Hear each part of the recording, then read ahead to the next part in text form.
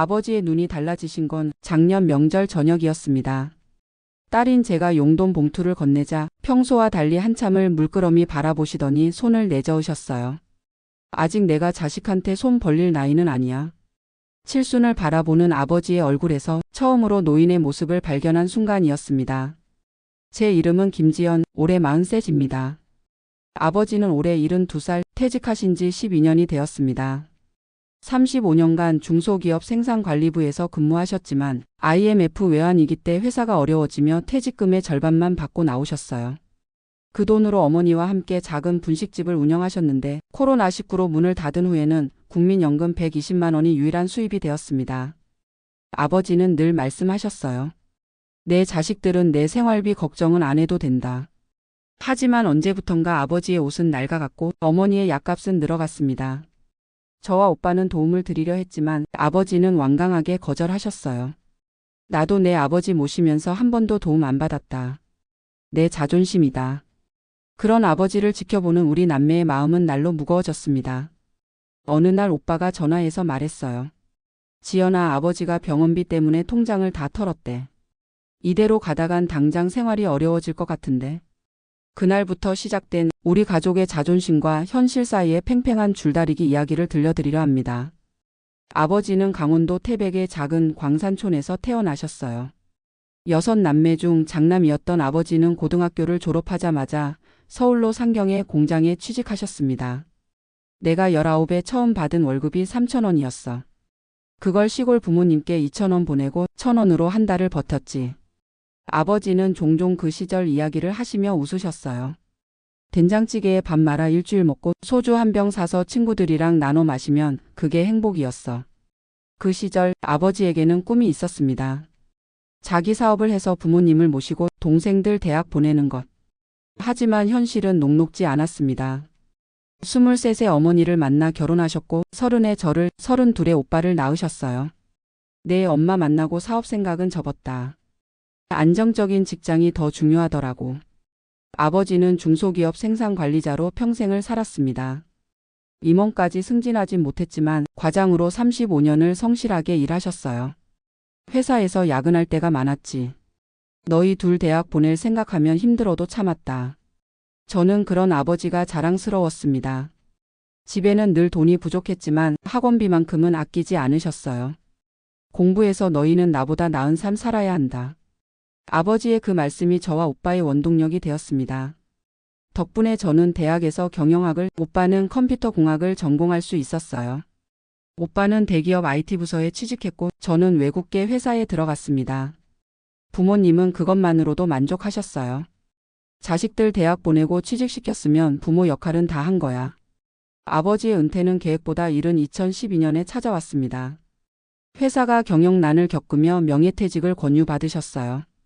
서류상으로는 명예퇴직이지만 사실상 권고사직이었지. 아버지는 씁쓸하게 웃으셨습니다.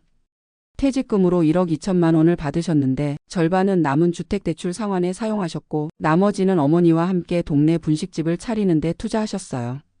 환갑 넘어서도 놀고 먹을 순 없잖아. 분식집은 처음엔 괜찮았습니다. 아버지는 장보기와 배달을, 어머니는 요리를 맡으셨죠. 하루 매출 30만 원 정도면 월 500만 원, 여기서 재료비와 임대료 빼고 200만 원 정도가 남았어요. 국민연금 120만 원까지 합치면 노부부가 살기에는 충분했습니다. 하지만 2020년 코로나19가 찾아왔습니다. 손님이 뚝 끊겼고 임대료는 계속 나갔습니다. 결국 2년을 버티다 문을 닫으셨어요. 장사 접고 나니까 돈 들어올 구멍이 딱 하나네. 아버지의 국민연금 120만 원이 유일한 수입이 되었습니다. 어머니는 전업주부로 오래 사셔서 연금이 없었어요. 작은 아파트 관리비와 생활비, 그리고 어머니의 당뇨약과 고혈압 약값까지. 괜찮아. 우리 욕심 버리면 살만해. 아버지는 항상 그렇게 말씀하셨습니다. 하지만 현실은 달랐어요. 국민연금으로는 두 분의 생활비와 의료비를 감당하기 어려웠습니다. 저와 오빠는 눈치껏 도움을 드리려 했어요. 명절마다 용돈을 드리고 부모님 댁에 갈 때마다 식료품을 한가득 사 들고 갔습니다. 처음에는 아버지도 받아주셨어요. 고맙다. 잘 키워서 이런 선물도 받네. 하지만 작년부터 뭔가가 달라졌습니다. 아버지의 얼굴에 자존심이 깃들기 시작했어요. 내가 아직 자식들한테 손 벌릴 처지는 아니야. 설날에 드린 용돈 봉투를 돌려주시고 사온 식료품도 대부분 저희에게 다시 들려보내셨습니다. 너희도 살림살이 빠듯할 텐데 부모 걱정하지 마. 그 말씀이 더 마음 아팠습니다. 아버지가 모르시는 것은 저희 형제의 월급이 이미 아버지 시절에 몇 배가 되었다는 사실이었어요. 오빠는 IT 개발자로 700만 원, 저는 외국계 회사 과장으로 600만 원을 받고 있었습니다. 우리에게는 부모님께 매달 100만 원씩 들여도 문제없는 형편이었어요. 하지만 아버지의 자존심이 그것을 허락하지 않았습니다. 내가 평생 자식들 뒷바라지하려고 살았는데 이제 와서 손 벌리면 그동안 산 게 다 무슨 의미가 있겠어. 문제가 더 심각해진 건 작년 겨울이었습니다. 어머니가 갑자기 어지러움을 호소하셨고 검사 결과 뇌경색 초기 증상이 발견되었어요. 다행히 큰 후유증 없이 회복되셨지만 의료비가 생각보다 많이 나왔습니다. 보험 처리에도 200만 원 나왔어요. 오빠가 전화로 알려왔습니다. 아버지가 모아둔 돈 다 쓰셨대. 앞으로 어머니 약값도 걱정이래. 그날 저녁 저희 남매는 긴급회의를 했어요. 우리가 매달 생활비를 지원해 드려야 할 것 같아. 오빠의 말에 저도 동의했습니다. 근데 아버지가 절대 안 받으실 것 같은데. 고민 끝에 저희는 계획을 세웠어요. 먼저 오빠가 아버지를 만나 솔직하게 상황을 말씀드리기로 했습니다. 다음 날 오빠는 점심을 사드린다며 아버지를 모시고 나갔어요. 아버지, 사실 지연이랑 저희가 걱정이 많습니다. 오빠는 조심스럽게 말을 꺼냈습니다. 무슨 걱정? 어머니 병원비도 있고 앞으로의 생활비도 있고. 아버지의 표정이 굳어졌습니다. 내가 너희한테 돈 달라고 했니? 아니요, 그게 아니라. 나는 평생 너희한테 손 안 벌리고 살았다. 앞으로도 그럴 거야. 오빠는 결국 더 말씀드리지 못했습니다. 저희의 두 번째 시도는 제가 맡았어요. 주말에 부모님 댁에 찾아가 집안일을 도와드리며 자연스럽게 말씀드렸습니다. 아버지, 저희가 매달 조금씩 용돈 드리고 싶은데요. 왜? 그냥 감사의 마음으로요. 아버지는 잠시 생각하시더니 고개를 저으셨습니다. 효도는 마음만 있으면 된다. 돈이 아니라. 하지만 아버지, 어머니 약값도 있고 나도 아직 국민연금 받아. 그 정도 약값은 감당할 수 있어. 더 이상 말씀드리기 어려웠습니다. 아버지의 눈빛에는 단호함이 있었어요. 효도하고 싶은 자식의 마음과 자존심을 지키려는 아버지의 마음이 충돌하는 순간이었습니다. 집에 돌아오는 길 오빠에게 전화했어요. 어떡하지? 아버지가 완전 완강하셔. 그럴 줄 알았어. 우리 다른 방법 생각해보자. 저희는 몇 가지 방안을 더 논의했습니다. 어머니를 통해 도움을 드리는 방법, 생필품을 정기적으로 배송해 드리는 방법, 부모님 명의의 적금을 들어드리는 방법. 하지만 모든 시도는 아버지의 날카로운 눈에 들켜버렸습니다. 누가 이 쌀 보냈어? 왜 갑자기 적금 통장이 생겼지? 결국 어머니가 저희에게 따로 전화하셨어요. 너희 아버지가 화나셨어. 앞으로는 이런 거 하지 마라. 어머니, 하지만 생활이 빠듯하시잖아요. 괜찮다. 우리는 평생 절약하며 살았어. 지금도 살 수 있어. 약값은요? 그건 어떻게든 되겠지. 어머니의 목소리에서 걱정이 느껴졌습니다. 그러던 어느 날 오빠에게서 급한 전화가 왔어요. 지연아, 큰일 났어. 아버지가 경비원으로 취직하셨대. 네? 무슨 소리예요? 방금 어머니한테 전화 왔어. 아버지가 아파트 경비원으로 취직하셨대. 야간 당직, 격일제로. 가슴이 철렁 내려앉았습니다. 72살의 아버지가 밤새 경비실에서 근무한다는 생각에 눈물이 났어요. 오빠, 당장 아버지 모시고 와요. 그만두시라고 해요. 나도 전화했는데 아버지가 전화를 안 받아. 급하게 부모님 댁으로 향했습니다. 거실에는 어머니 혼자 계셨어요. 어머니, 아버지 어디 계세요? 오늘 첫 출근하는 날이라. 어떻게 된 일이에요? 왜 갑자기 경비원을? 어머니가 한숨을 내쉬셨습니다. 병원비 때문에. 돈이 좀 빠듯해졌어. 내 아버지가 알아서 구하신 거야. 말씀해 주시지. 저희가 도와드렸을 텐데. 내 아버지 성격 알잖니. 자식들한테 손 벌리느니 차라리. 말을 잇지 못하시고 어머니가 눈물을 훔치셨습니다.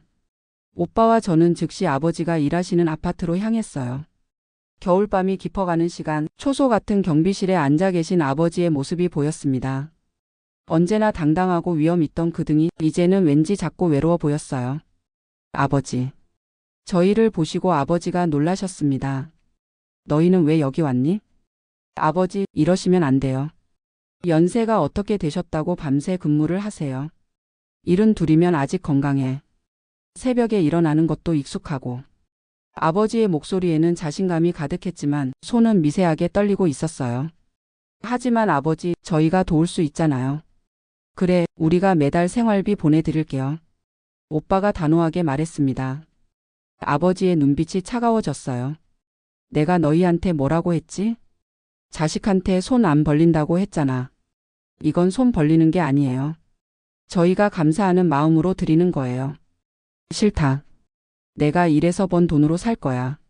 아버지. 그만 가거라. 여기 너희 아버지 없다. 아버지가 고개를 돌리셨습니다. 저희는 어쩔 수 없이 그 자리를 떠났지만 마음은 무거웠어요. 돌아오는 길 오빠가 한숨을 쉬었습니다. 아버지 고집을 어떻게 꺾지? 우리가 너무 정면으로 부딪힌 것 같아요. 생각 끝에 저희는 작전을 바꾸기로 했습니다. 먼저 어머니와 상의했어요.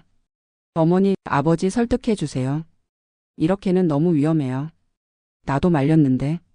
내 아버지가 내가 할 수 있는 일이 이것밖에 없다고 하시더라. 어머니 약가 때문이면 저희가 몰래라도 도와드릴게요. 그건 안 된다. 들키면 더 상처 받으실 거야. 고민 끝에 저희는 다른 접근법을 시도하기로 했습니다.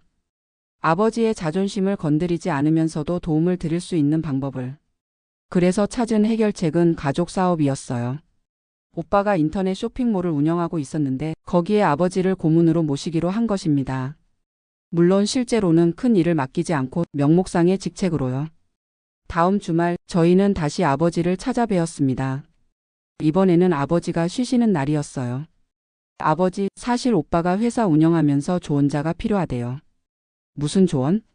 오빠가 직접 설명할게요. 오빠가 말을 이었습니다. 아버지, 제가 운영하는 쇼핑몰이 요즘 좀 커지고 있어요. 근데 관리자 경험이 없어서 어려움이 많아요. 그래서? 아버지께서 35년 동안 관리자로 일하셨잖아요. 그 경험을 조금 나눠주실 수 있을까요? 아버지의 표정이 미묘하게 변했습니다. 내가 뭘 도울 수 있겠니? 한 달에 몇 번만 조언해 주시면 돼요. 물론 고문료도 드릴게요. 돈? 네, 회사 고문으로 정식 등록해서요. 한 달에 100만 원 정도. 아버지가 얼굴을 찌푸리셨어요. 이것도 너희 꼼수지? 역시 속이려 했다가는 더 큰 상처만 줄 것 같았습니다. 오빠가 솔직하게 말했어요. 아버지, 솔직히 저희는 걱정돼요. 밤샘 근무가 건강에 안 좋을 것 같고. 그건 내가 알아서 할 일이야. 하지만 아버지, 저희도 부모님께 도움을 드리고 싶어요. 효도하고 싶다고요. 효도는 마음만 있으면 된다니까. 세상이 많이 바뀌었어요, 아버지. 이제는 자식이 부모님을 도와드리는 게 자연스러운 시대예요. 세상이 바뀌었다고 내 자존심까지 바뀌진 않아. 저희는 또 한 번 막힌 벽을 느꼈습니다. 그날 밤 돌아오는 길에 오빠가 말했어요. 아버지가 자꾸 자존심 얘기하시는데 그건 핑계 같아. 무슨 뜻이에요? 진짜 이유는 우리에게 짐이 되기 싫으신 거야. 오빠의 말에 생각해보니 맞는 것 같았습니다. 아버지는 항상 가족을 위해 자신을 희생하셨어요. 그리고 지금도 자식들에게 부담이 되기 싫어서 스스로 고된 일을 선택하신 거죠. 며칠 후 어머니에게서 전화가 왔습니다. 지연아. 아버지가 쓰러지셨어. 심장이 멎는 듯한 느낌이었어요. 어디요? 지금 어디 계세요? 대학병원 응급실에. 저는 즉시 회사를 나와 병원으로 달려갔습니다. 오빠도 이미 도착해 있었어요. 어떻게 된 거예요? 아버지가 경비실에서 쓰러지셨대.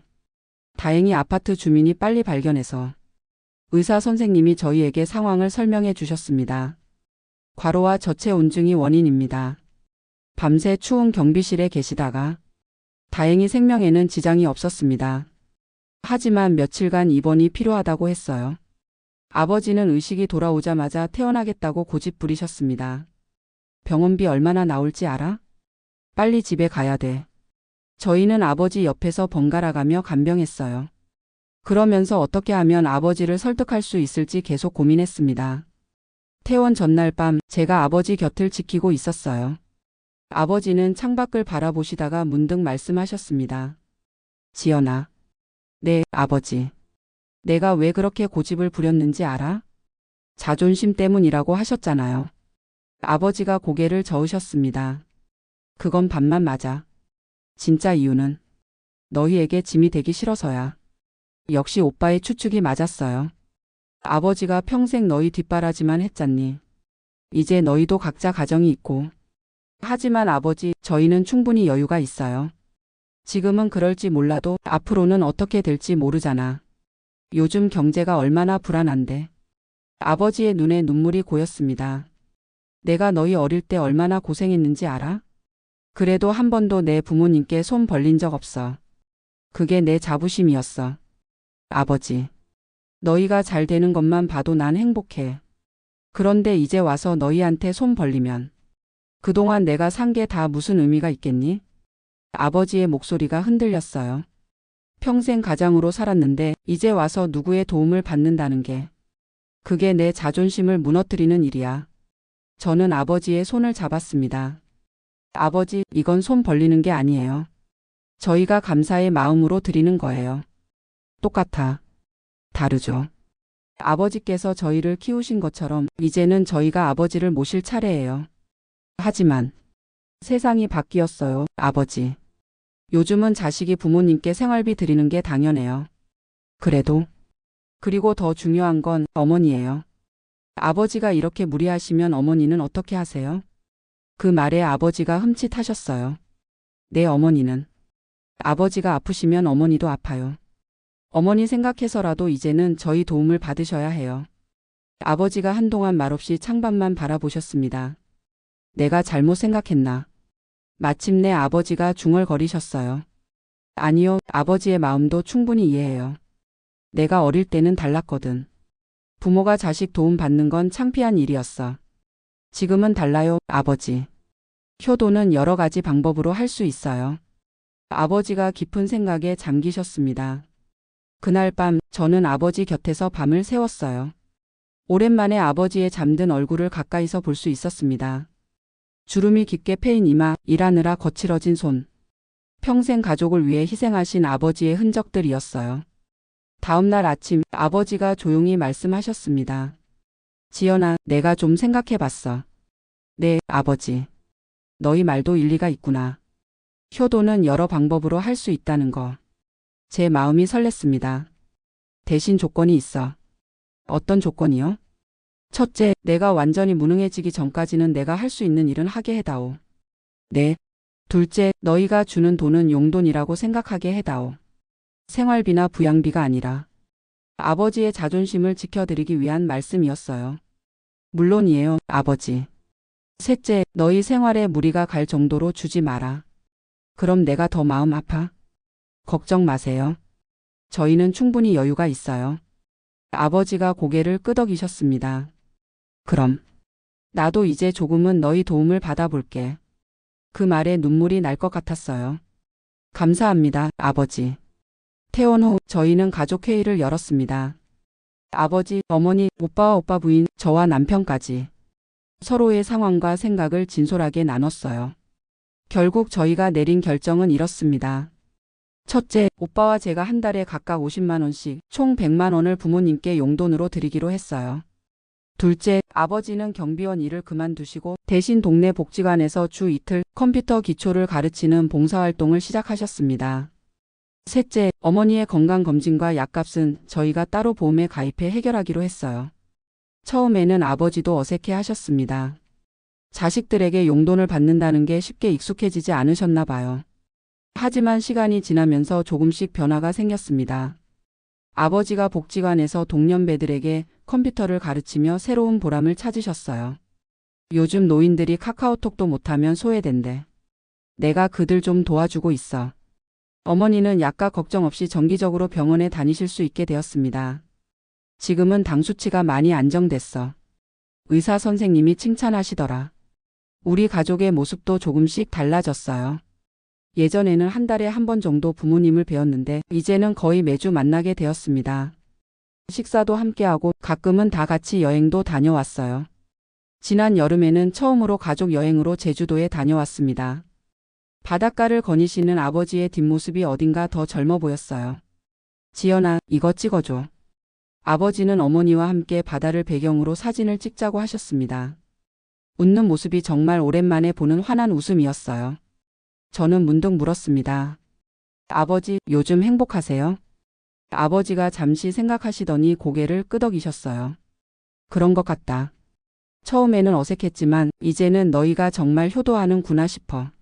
아버지 덕분에 저희가 이만큼 자랐잖아요. 글쎄, 사실 내가 너무 고집부렸던 것 같아. 아니에요. 아버지의 자존심도 충분히 이해해요. 아버지가 바다를 바라보며 말씀하셨습니다. 인생이 참 묘하구나. 젊을 땐 내가 부모님을 모실 생각을 못했는데 늙으니 자식들이 나를 모시겠다고 하는구나. 세상이 바뀌었잖아요, 아버지. 그래. 세상이 바뀌었어. 근데 그게 꼭 나쁜 변화만은 아닌 것 같아. 아버지는 어머니의 손을 잡으셨어요. 내 어머니 덕분에 내가 마음을 열었다. 아프고 나서 깨달았지. 내 고집 때문에 내 어머니까지 고생시킬 순 없다고. 저는 아버지의 어깨를 안았습니다. 우리 가족 모두가 행복했으면 좋겠어요. 그럴 거야, 우리 딸. 그 후로 1년이 지났습니다. 아버지는 이제 70세 생일을 맞으셨고 복지관에서는 인기 강사가 되셨어요. 처음에는 컴퓨터 기초만 가르치셨는데 이제는 스마트폰 활용법까지 수업 범위가 넓어졌습니다. 내가 요즘 유튜브도 배웠어. 다음에는 유튜버에 도전해 볼까? 아버지의 농담에 저희 가족 모두가 웃었어요. 어머니의 건강도 많이 좋아지셨습니다. 정기적인 치료와 좋은 약 덕분에 당뇨가 안정되고 혈압도 정상 범위로 돌아왔어요. 요새는 하루에 10,000보씩 걷는다. 동네 한 바퀴 도는 게 일과가 됐어. 저희 형제의 삶도 더 풍요로워졌습니다. 부모님과의 관계가 깊어지면서 서로에 대한 이해도 커졌어요. 오빠는 요즘 아버지에게 사업 조언을 자주 구한답니다. 아버지가 경영 감각이 있으셔. 35년 관리자 경험이 헛되지 않아. 저는 주말마다 어머니와 요리를 함께합니다. 어머니 된장찌개 비법을 배우고 있어요. 남편이 맛있다고 엄청 좋아해요. 이제 저희는 매달 부모님께 용돈을 드리는 것이 자연스러워졌어요. 아버지도 더 이상 불편해하지 않으십니다. 오히려 손주들에게 용돈을 더 넉넉히 주실 수 있어서 좋아하세요. 내가 용돈 받은 거 다 손주들 준다. 이게 바로 돈의 선순환이지. 지난 설날 아버지가 저에게 조용히 말씀하셨어요. 지연아, 아버지가 고맙다는 말 제대로 안 했지? 무슨 말씀이세요? 작년에 내가 쓰러졌을 때 너희가 아니었으면 어떻게 됐을지 모르겠다. 당연한 일이었어요. 처음에는 자존심 때문에 너희 도움을 거절했는데 지금 생각하면 참 바보 같았어. 아니에요. 아버지의 마음도 이해해요. 그래도 고집 부리지 않고 조금 더 일찍 너희 말을 들었더라면. 아버지의 눈에 눈물이 고였습니다. 인생을 살다 보면 도움을 주는 것만큼 도움을 받는 것도 중요하다는 걸 이제야 깨달았다. 그 말씀이 제 마음에 깊이 남았어요. 도움을 주는 것만큼 도움을 받는 것도 중요하다. 우리는 모두 서로에게 의지하며 살아가는 존재니까요. 오늘 가족 모임에서 저는 깨달았습니다. 자존심과 현실 사이에서 갈등하던 아버지가 이제는 자존심을 잃지 않으면서도 현실을 받아들이는 법을 배우셨다는 것을. 그리고 저희 자식들도 부모님의 마음을 더 깊이 이해하게 되었다는 것을. 이것이 바로 가족의 의미가 아닐까요? 서로의 자존심을 지켜주면서도 필요할 때는 손을 내밀 수 있는 관계. 70세 아버지의 자존심과 현실 사이의 고민은 결국 우리 가족 모두의 성장으로 이어졌습니다. 이제 아버지는 말씀하십니다. 진정한 자존심은 도움을 거절하는 게 아니라 서로 돕고 사는 데 있는 거야. 그 말씀에 저는 깊이 공감합니다. 모든 부모와 자식들이 자존심과 현실 사이에서 지혜로운 균형을 찾을 수 있기를 바랍니다. 그것이 바로 우리 가족이 찾은 행복의 비결이니까요.